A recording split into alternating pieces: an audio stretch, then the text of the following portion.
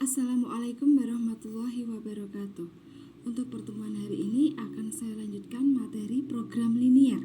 Ya, pada program linier di sini langkah pertama adalah menentukan model matematika.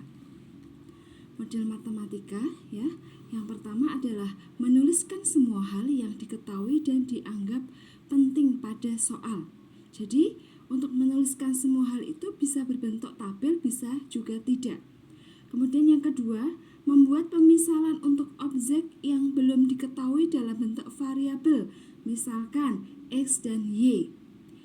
Yang ketiga atau C, menuliskan ketentuan-ketentuan yang ada ke dalam sebuah tabel jika diperlukan. Ya, tadi ini boleh tabel, boleh tidak. Yang keempat, membuat model matematika sistem pertidaksamaan linier dari hal-hal yang sudah diketahui. Kemudian setelah model matematikanya terbentuk, langkah kedua adalah fungsi tujuan, ya. Fungsi tujuan, perhatikan. Fungsi tujuan disebut juga sebagai fungsi sasaran atau fungsi objektif. Fungsi tujuan berbentuk f(x)y sama dengan ax plus by. Berarti ada unsur x, ada unsur y, itu fungsi tujuan. Nilai f(x)y sama dengan ax plus by tergantung dari nilai-nilai x dan y yang memenuhi kendala. Nilai fungsi tujuan itu bisa minimum atau maksimum. Jadi tergantung soalnya. Kalau yang ditanyakan minimum berarti tujuannya minimum, kalau yang ditanyakan maksimum berarti tujuannya adalah maksimum. Nilai minimum atau nilai maksimum disebut juga nilai optimum atau nilai ekstrim, ya. Berarti minimum atau maksimum bisa disebut dengan nilai optimum atau nilai ekstrim. Setelah tadi langkah pertama menentukan model matematika dengan membuat tabel dulu, ya. Kemudian langkah kedua menentukan fungsi tujuan. Langkah ketiga mencari nilai optimum fungsi tujuan. Perhatikan ini, mencari nilai optimum fungsi tujuan. Ya, nilai optimum fungsi tujuan. Ya. Langkah pertama adalah menentukan uji titik pojok, ya. Ada dua langkah untuk menentukan nilai optimum fungsi tujuan. Ya, ada dua. Yang pertama adalah metode uji titik pojok, berarti menentukan titik-titik pada daerah penyelesaian. Misalkan daerah penyelesaiannya berbentuk segitiga, berarti titiknya ada 3. Kalau daerah penyelesaiannya berbentuk segi 4, maka titiknya atau titik pojoknya ada 4, sesuai dengan bangun pada daerah himpunan penyelesaian, ya. Kemudian selain pakai metode uji titik pojok, ada juga metode garis lidik. Garis lidik berarti kita harus menggambar fungsi tujuan tadi, ya. Dari A dan B itu punya kelebihan dan kekurangan. Kalau A, kelebihannya itu selalu tepat, selalu benar, ya. Perhitungannya selalu tepat, selalu benar. Tapi agak lama kalau uji titik pojok karena harus menghitung semua titik, semua nilai pada titik yang ada. Kelemahannya lama dan kelebihannya itu selalu tepat atau selalu benar. Kemudian kalau metode garis lidik. Metode garis lidik itu kelebihannya sangat cepat, ya. Cukup kita gambar, kita tentukan, tidak perlu menghitung semua titik, tapi kekurangannya harus butuh ketelitian tingkat tinggi. Karena ini berbentuk gambar, jadi gambarnya harus benar-benar sesuai dengan ukuran yang sebenarnya atau menggunakan skala yang tepat dan benar. Jadi kekurangannya sesuai dengan gambarnya. Kalau gambarnya tidak sesuai atau gambarnya asal, maka juga jawabannya tidak akan tepat. Jadi gambarnya harus benar-benar sesuai dan tepat, ya. Contoh soal, ya. Sekarang saya berikan contoh yang titik pojok dulu. Perhatikan ini. Contoh soal pertama. Setidaknya 60 orang rombongan wisatawan akan menyewa mobil. Mobil yang tersedia adalah tipe A memuat 10 orang dan tipe B memuat 5 orang. Mobil tipe B yang disewa lebih banyak dari mobil tipe A, tetapi tidak lebih dari 2 kali banyak mobil tipe A. Jika setiap mobil terisi penuh, jumlah minimum mobil yang disewa sebanyak A 6, 7, 8, 9, 10 ya. A, B, C, D, E. Untuk menjawab soal tersebut kita butuh langkah-langkahnya. Langkah pertama itu adalah membuat model matematika. Tapi sebelum kita buat model matematika, kita harus buat tabelnya untuk mendata semua data yang ada pada soal. Kita buat tabel ya. Tabel pertama tentang data itu ya.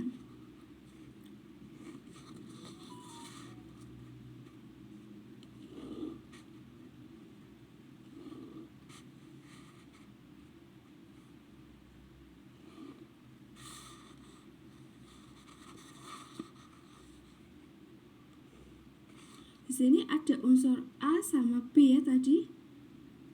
AB itu adalah mobilnya ya, mobil ya. Mobil tipe A dan tipe B.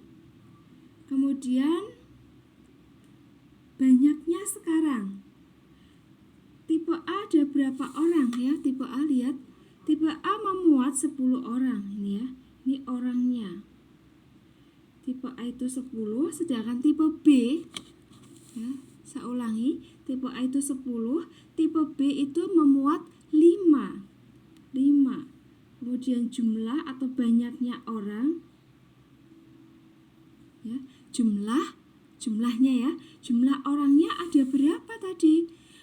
60 orang rombongan. Setidaknya 60 orang rombongan. Berarti nggak mungkin lebih dari 60 ya. Minimal adalah 60 atau mungkin boleh kurang dari 60. Jadi jumlahnya di sini adalah 60. 60 orang ya. Perhatikan jumlahnya ada 60. Kemudian kita buat tabel ya, tabel sederhana. Ini kita garis dulu. Selain ini apa saja yang diketahui? Setidaknya 60 orang rombongan wisatawan akan menyewa mobil. Mobil yang tersedia adalah tipe A memuat 10 orang dan tipe B memuat 5 orang. Sudah ya, tadi sudah kita data. Mobil tipe B yang disewa lebih banyak dari mobil tipe A. Tetapi tidak lebih dari 2 kali banyak mobil tipe A. Jika setiap mobil terisi penuh, jumlah minimum mobil yang disewa sebanyak, ternyata setelah kita data tadi mobilnya tipenya ada A, B ya. A-nya 10, B-nya 5, jumlahnya ada 60 ya. 60 orang ya, ini orangnya. Kemudian ada kalimat yang menyatakan mobil tipe B, berarti B yang disewa lebih banyak. Berarti B lebih banyak dari A. Ya, ada kalimat itu kita tulis ya. B lebih banyak dari A. Berarti B lebih besar dari A. Lebih banyak artinya lebih besar. Kemudian tetapi tidak lebih dari 2 kali banyak mobil A. Artinya A-nya tidak lebih. Tidak lebih berarti kurang. Saya ralat ya. Tetapi tidak lebih dari 2 kali banyak mobil tipe A. Tadi berawal dari mobil tipe B.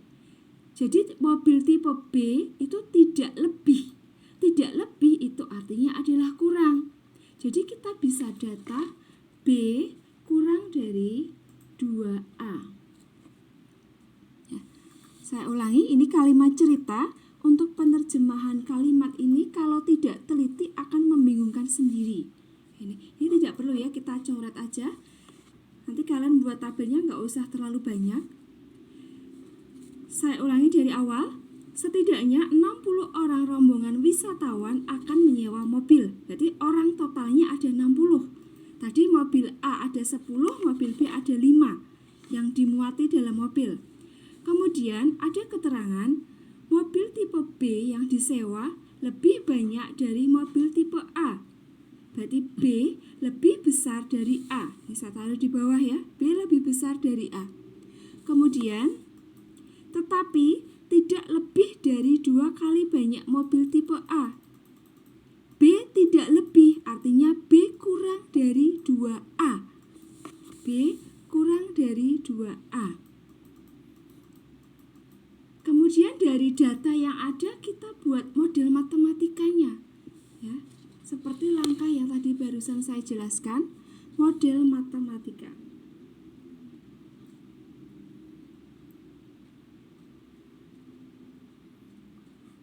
Model matematikanya kita misalkan X adalah banyaknya mobil tipe A. Kemudian Y artinya adalah banyaknya mobil tipe B ya. Kalau A tipe A, kemudian kalau X mobil tipe A, kalau Y adalah mobil tipe B. Kemudian setelah kita tentukan XY-nya, kita tentukan dari tabel di sini ya. Tabel ini nggak perlu ya. 10. A tadi adalah X, B adalah Y ya. Kita pasangkan, berarti 10X ditambah 5Y. 10X ditambah 5Y kurang dari sama dengan 60. Jadi orangnya tidak mungkin lebih dari 60. Karena yang ada hanya 60 rombongan. Kalau tidak boleh lebih berarti kurang dari sama dengan. Kurang boleh, sama dengan juga boleh. Ya. Kemudian kita sederhanakan ini model pertama ya. Kita sederhanakan, kita bagi 5. 10 dibagi 5 itu 2X, 5 bagi 5 itu 1Y, 60 bagi 5 adalah 12. Ya. Kemudian model yang kedua. Tadi ada keterangan B lebih besar dari A. B-nya diganti Y, A-nya diganti X. Berarti Y lebih besar dari X. Persamaan ketiga tadi B lebih kecil dari 2A. Artinya Y lebih kecil dari 2X. Kemudian setelah model matematika itu ya selesai. Nih ya, yang pertama adalah model matematika. A, model matematika. Sekarang yang B, fungsi tujuannya. Fungsi tujuan atau fxy-nya kita tentukan. Fxy, kita lihat kalimatnya. Jika setiap mobil terisi penuh, jumlah minimum. Jumlah berarti kan X ditambah Y ya, jumlah mobil. Mobilnya ada 2, X sama Y. Jumlah minimum mobil yang disewa sebanyak.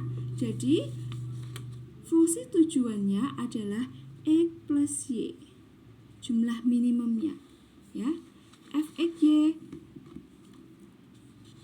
X plus Y. Kemudian yang langkah ketiga atau yang C, model matematika, fungsi tujuan, kemudian menentukan nilai optimum.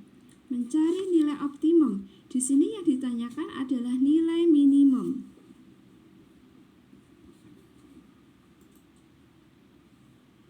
Ya, mencari nilai minimum berarti kita harus membuat grafiknya dulu. Tentukan titik-titik yang ada. Ya, yang pertama tadi pertidaksamaan pertama adalah 2X plus Y lebih kecil sama dengan 12. Kita buat tabel, kita tentukan titiknya untuk menggambar ya. Ini X, ini Y, ini 0 ya. Kalau X-nya 0, X-nya 0, X-nya ditutupi, berarti Y-nya adalah 12. Kemudian kalau Y-nya 0, X-nya adalah 6.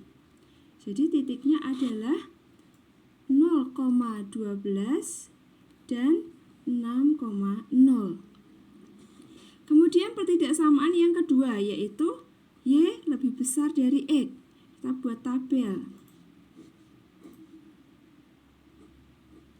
Minimal 2 titik ya, 0.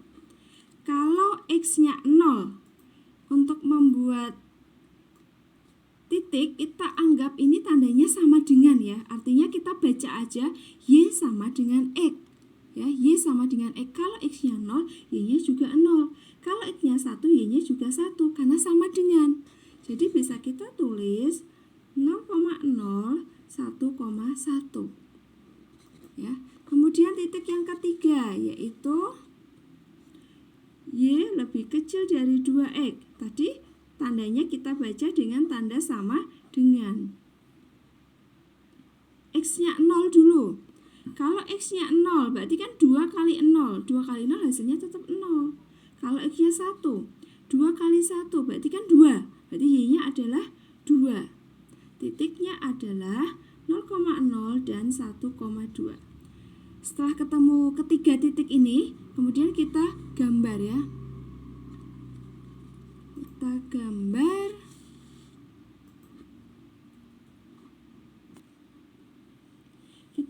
Ya. Kita buat tabelnya. Diagram ya, diagram Kartesius kita buat, kita gambar.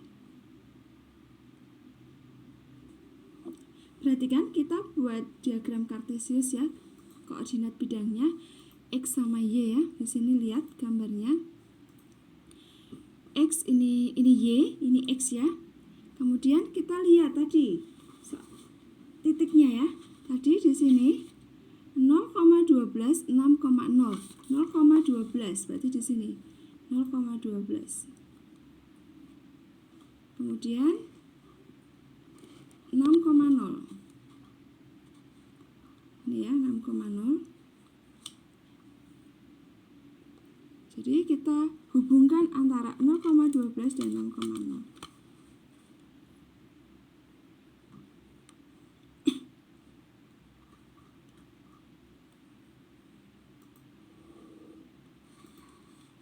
Sekarang arsirannya.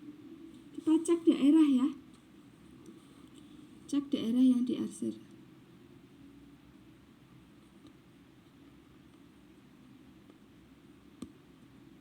Pilih titik sembarang ya.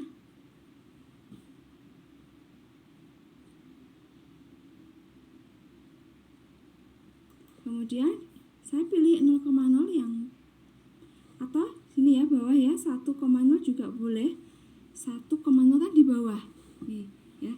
1,0, pilih 1,0 boleh ya. 1,0. Masukkan ke persamaan pertama tadi yaitu 2X plus Y lebih kecil sama dengan 12. Ganti 0, ini 0. Ini kan 0 ya. Apakah benar 0 lebih kecil dari 12? Benar. Ya. Kalau benar, berarti yang diarsir adalah kebalikannya. Kalau 0 ke arah bawah, yang diarsir adalah ke arah atas. Kalau kita gambar sendiri, khusus bagi yang gambar sendiri, arsirlah daerah yang salah, bukan yang benar, untuk memudahkan kita dalam menggambar. Tapi di buku cetak apapun, yang diarsir selalu benar. Kemudian yang kedua, kita kasih nama di sini. Kalau kasih nama tandanya sama dengan 2X plus Y sama dengan 12. Yang kedua, Y lebih besar dari X ya. Lihat, titiknya adalah 0,0 dan 1,1. 0,0 dan 1,1. 0,0 di sini tengah-tengah, 1,1 di sini. Tadi soalnya Y lebih besar dari X. Tidak ada unsur sama dengan. Kalau tidak ada unsur sama dengan, berarti garisnya putus-putus. Kita hubungkan kedua titik ini dengan garisnya adalah putus-putus ya.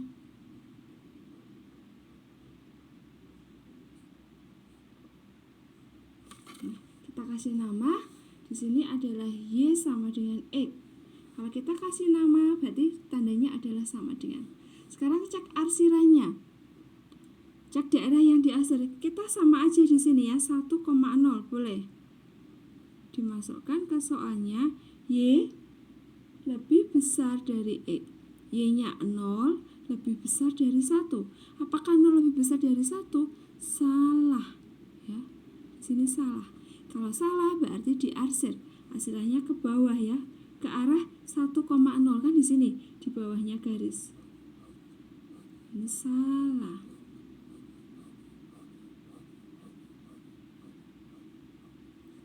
Kemudian kita ambil yang persamaan ketiga, yaitu Y lebih kecil dari 2X, titiknya adalah 0,0 dan 1,2.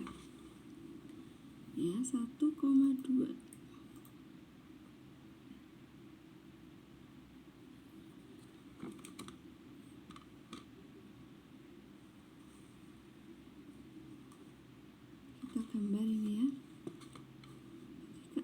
atas ya. Garisnya putus-putus karena nggak ada tanda sama dengannya. Nah, lihat ke atas gambarnya. 1,2 kasih nama di sini ya. Jadi Y sama dengan 2X. Kita udah kasih nama. Kemudian arsirannya cek. Kita pakai 1,0 lagi biar sama semua. Masukkan ke soal Y lebih kecil dari 2X. Y-nya 0 lebih kecil dari 2 kali 1. Apakah 0 lebih kecil dari 2? Benar. Berarti benarnya ke arah bawah. Kita arsirannya berarti berlawanan. 1,0 kan di bawah. Berarti kita arsirannya ke atas ya.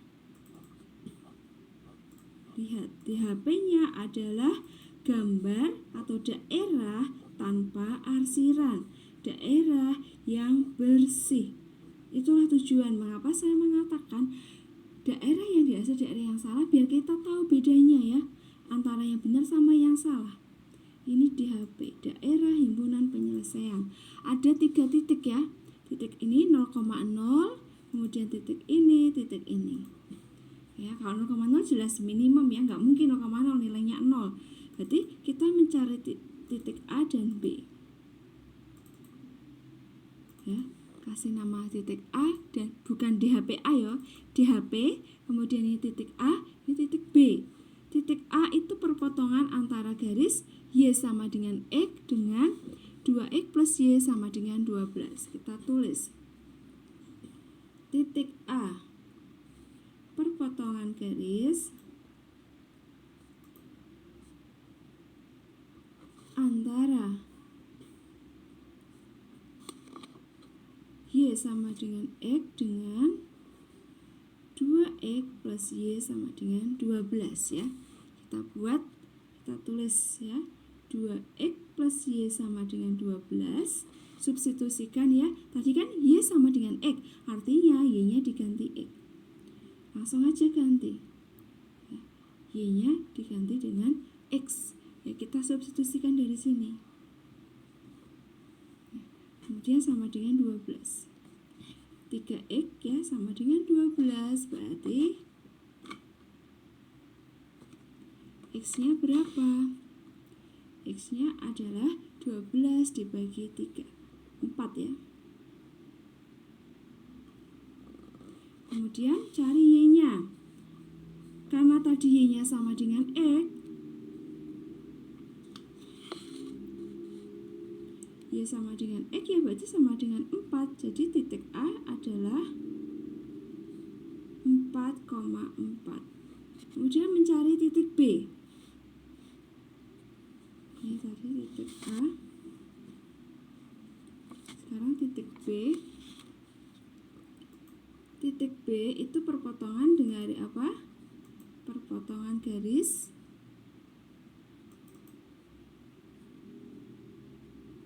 antara, kita cek gambar titik B, lihat titik B itu sama ya yang ini, yaitu 2X plus Y sama dengan 12 dengan Y sama dengan 2X. Y sama dengan 2X ya. Y sama dengan 2X dengan 2X plus Y sama dengan 12. Ya, kita tulis 2X plus Y-nya. Y-nya diganti 2X. Y-nya diganti 2X ya. Sama dengan 12, berarti 2X tambah 2X 4X. X-nya adalah 12 dibagi 4 sama dengan 3. Setelah ketemu 3, cari Y-nya. Y-nya kan 2X, berarti langsung aja 2 kali 3, berarti 6. Jadi titik B-nya adalah 3,6 ya. 3,6. Pertanyaannya adalah jumlah minimum. Fungsi tujuannya tadi adalah X plus Y. Kita buat tabel ya. Cari nilai minimum. Nilai minimum dari fungsi tujuan. Dari f(x) y-nya, f(x) y fungsi tujuan tadi adalah X plus Y. Kita buat tabel sederhana.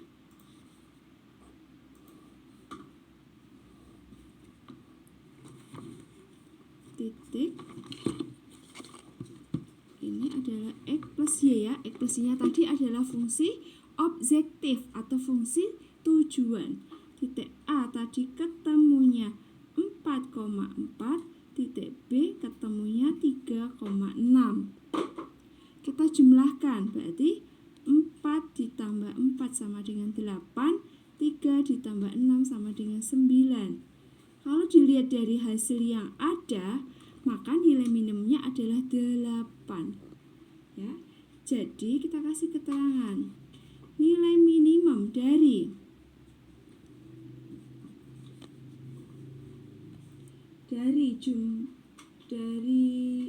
jumlah ya, maaf ralat. Ini jumlah. Jadi jumlah minimum mobil ya, kalimatnya mobil yang disewa sebanyak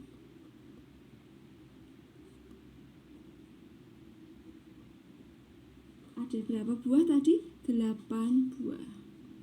Jawabannya adalah C. Ya, saya ulangi. Jadi jumlah minimum mobil yang disewa sebanyak 8 buah.